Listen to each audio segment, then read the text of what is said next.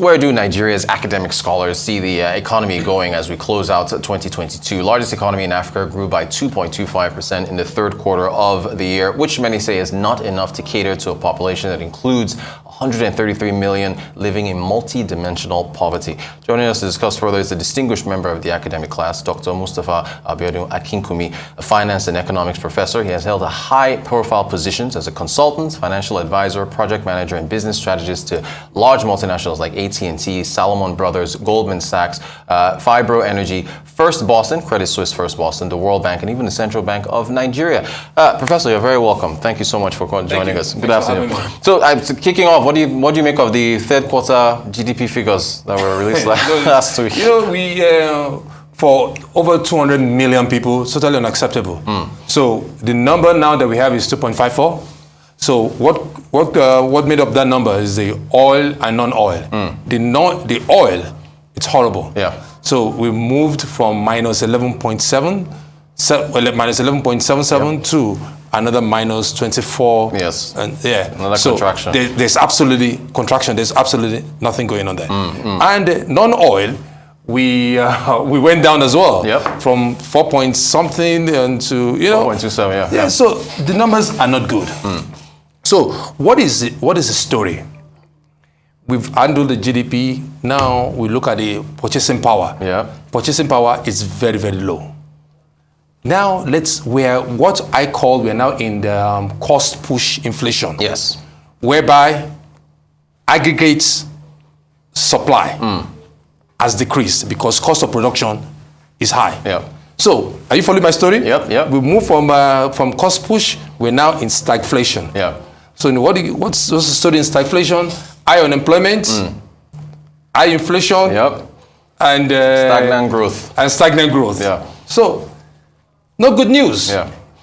And on top of that, CBN just increased rates by 100 basic points last week. That's correct. And on my way here today, Ghana increased the rates by 250 basic points. Yeah. CBN doesn't have much of a choice because all the rates are increased globally. Yeah. So we have to follow suit. And again, more importantly, capital is like a prostitute. It follows where the money is. Where the money is.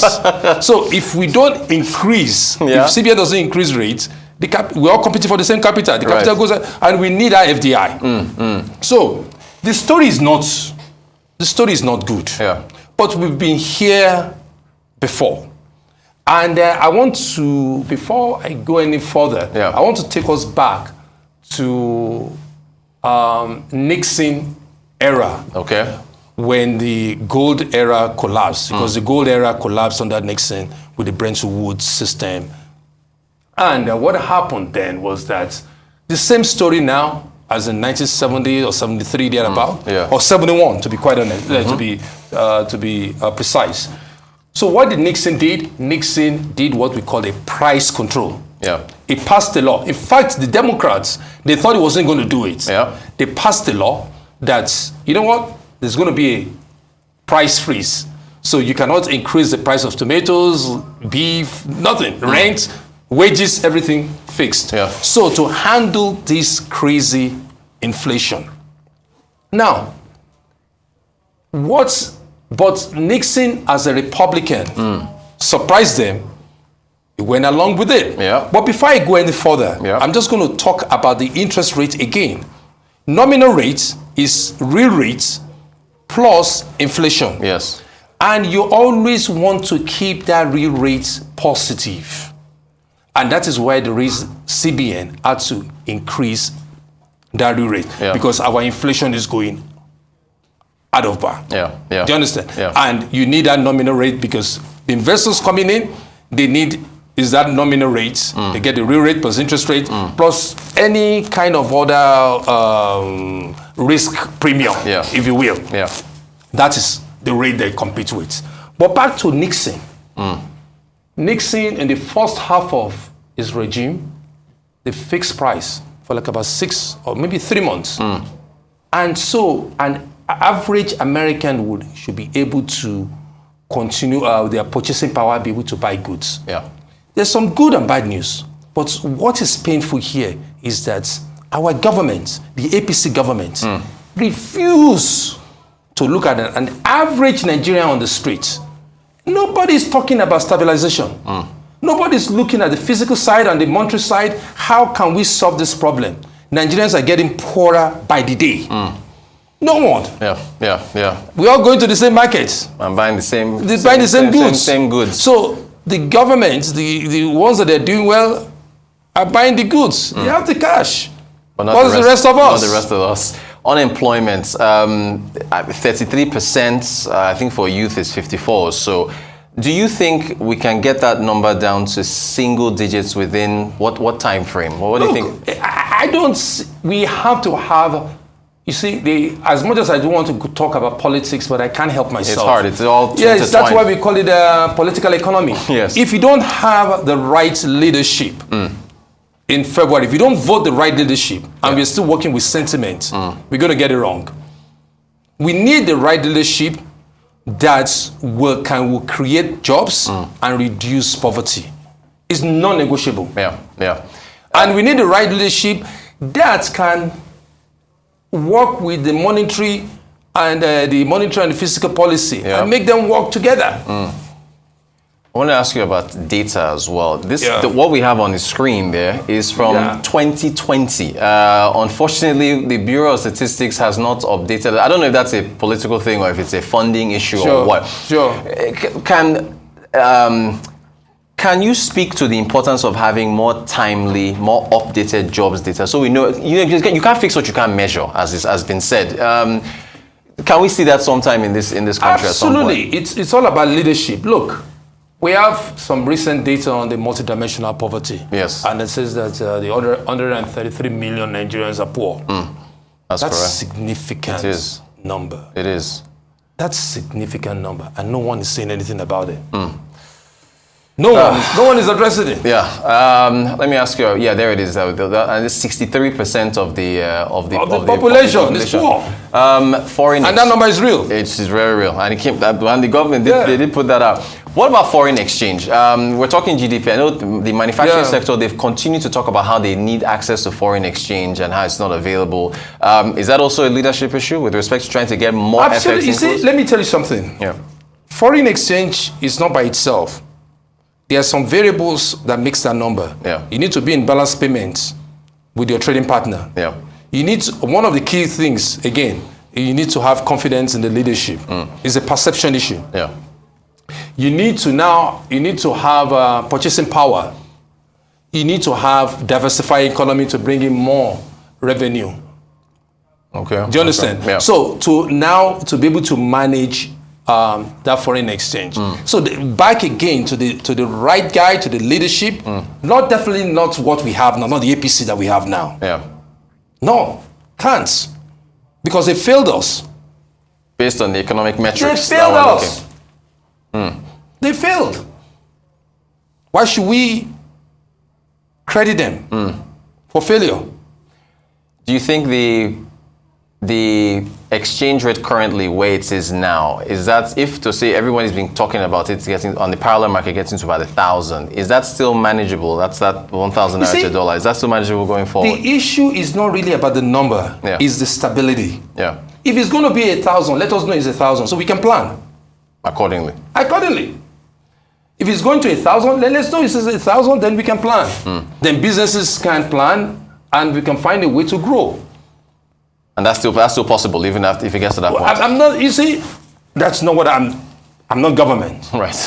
But economist. But the government has left us alone. Yeah. And we can beat. It's the same issue with CBN. We can beat CBN to death, but what can they do? Right. They're just the monetary policy, the monetary authority. They are still part for them to be blamed. They borrowed the government more than 5% of the went above. Right, the ways and means. Yeah, so it's, so all of them. I want to ask you about power as another major hurdle. It's also one issue after another. From FX to this to that. The power sector. Then again, similar question to the unemployment. Within a reasonable time, can Nigerians get uninterrupted power, or is this a case of having to revamp the entire sector all over again? Let me tell you something. Yeah. Government is not capable of taking care of all these infrastructure issues. Has to privatize it. You must. Yeah. Get the private sector involved. They can do this better. They can run it better. They can provide the funding. Government doesn't have it. Look, our budget, significant of our budget, we are using it to service our debt. Right, correct. Yeah. So if government was thinking we should not have borrowed so much for infrastructure, totally unacceptable. That is why we are here today. Yeah. Government needs to have a handshake with the private sector. Makes sense. Since we're talking about, I have to skip to fuel subsidies. You've seen the fuel queues around Lagos. The legislature is saying now that we shouldn't yank it off, that is fuel subsidies, in June or July next year, because they don't want to put the incoming administration, whoever it is, into a precarious position. They're saying to push it back. Where do you stand on subsidies? Should they be yanked off or moved? It's already out. Well, yeah, it is. It is out. So what the government is doing is illegal. Right. The BIA, right? Right, exactly. Yeah, it's illegal. So let us discuss that. What are we talking about? No, but the argument is that if you remove it, you might have higher inflationary pressure. We are there already there with diesel. Yeah. So when did they start caring about us? Seriously. When did they start caring about us? So you think we should remove it? Just take it off all at once? That's the top fuel subsidies. In fact, what the government is doing is illegal. In terms of the PIA. Yeah, just begun. Yeah. So when did they care? It's okay. As far as you were talking earlier about how the oil sector, I think, is only contributing about less than about 5% to GDP. Non-oil is 94%. How can we boost? But the oil sector, it's still, as far as foreign exchange and government revenue, the government still disproportionately depends on it. So how do we get more from the non-oil sector, where you can get more effects from non-oil and more revenue for government? Look, we have certain sectors that they are dynamically related.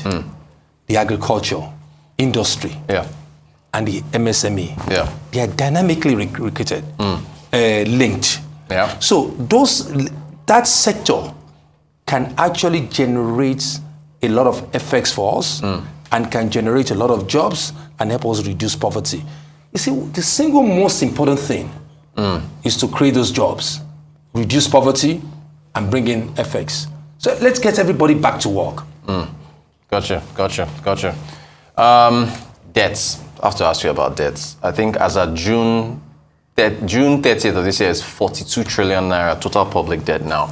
Do you think Nigeria has a debt problem or a revenue problem? Where do you both? On the fiscal side, we need to increase revenue and we need to reduce debt. On the revenue side, look, I'm not for raising taxes, but I think we can increase our tax base. Tax net. That's another interesting debate. Because the debt GDP ratio is about 78%. Way too low.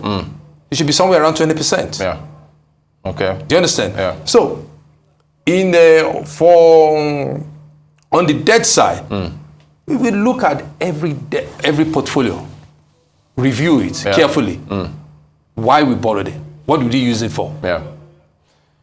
Okay, I think we need to take a quick break. But after the break, I'm going to ask the question, and then when we come back from it, we'll have you answer. It gets into the politics, unfortunately, but it is what it is. Because there's a lot of promises that the candidates are making with respect to spending on infrastructure, and I want you to answer how. I mean, you're not a candidate, but just your thoughts on how you can address all these spending issues when you've got debt that is this high. You have to. You have to borrow. Okay, you know what? I've bought some time. Apparently, we have a little time. So go ahead. How do you, with all these promises they are making to spend all this money on infrastructure and so on, when we've got this high debt pile that needs to be paid down, how do you balance that? Look, there are three major candidates. Well, four if you count Mr. Kwankwaso, but no problem. No problem. Okay, fine. You know what? I don't want to offend the guy. Right, Mr. Kwankwaso. Right. Mr. Peter Obi. Mr. Bola Ahmed Tinubu, and Mr. Atiku Abubakar. Mr. Peter Obi has not published his manifesto, so I can only talk to it, right? Kwankwaso, I've not seen it. Bola Ahmed Tinubu, I've seen his manifesto, his stories, and I cannot hold him on anything. Well, some would say the same about Atiku, like the how, Let me finish. Go ahead, please. On Atiku Abubakar, Yeah. What he's saying is that, look, this is the problem. This is how I'm going to solve it. This is the outcome of it, of my solution. Yeah. So, and what he said was that he's going to partner with the private sector.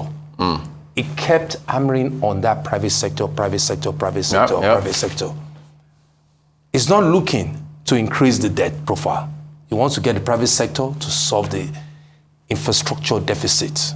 So you can thread that needle. You can keep the debt that is profile what down. I'm not, Yeah. I'm just looking at all four.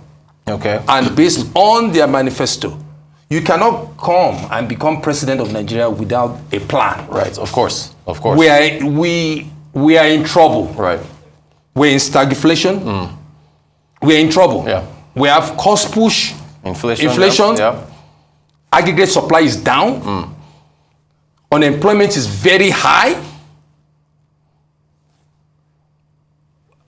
Per capita income Down. is down. It's about $2,000 or less than $2,000. Yeah. So what are we talking about? So no sentiment. Gotcha. We have to be very clinical. About how we have solved the problem. How the candidate will pick. Yeah. Makes sense. Well, we need to go.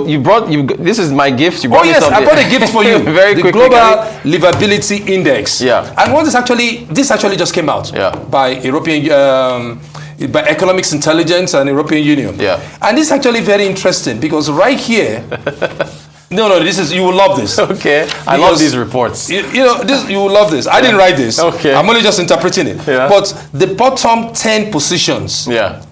Lagos, Nigeria is at the bottom. Is at the bottom. The commercial capital of Nigeria is at the bottom of that list. And we are now using Lagos as a model of where Nigeria should be. Lagos is just 1 inch above Syria, Damascus, who is in a war.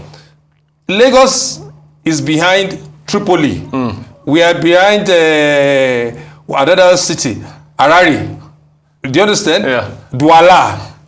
Iran. I mean, come on. We're gonna. I think this is my gift for you. Thank you, Please sir. read it. I hope you enjoy reading. Yeah, we certainly do. Yeah, We do that on the show.